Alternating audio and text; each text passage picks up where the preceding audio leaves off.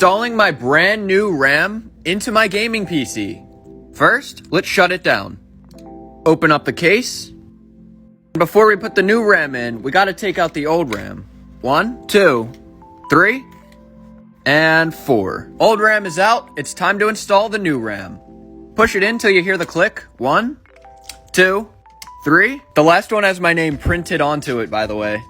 And 4. Now it's all installed. Please, please, please turn on. Okay, that's a great sign. But the RAM? There we go, it just didn't turn on at first.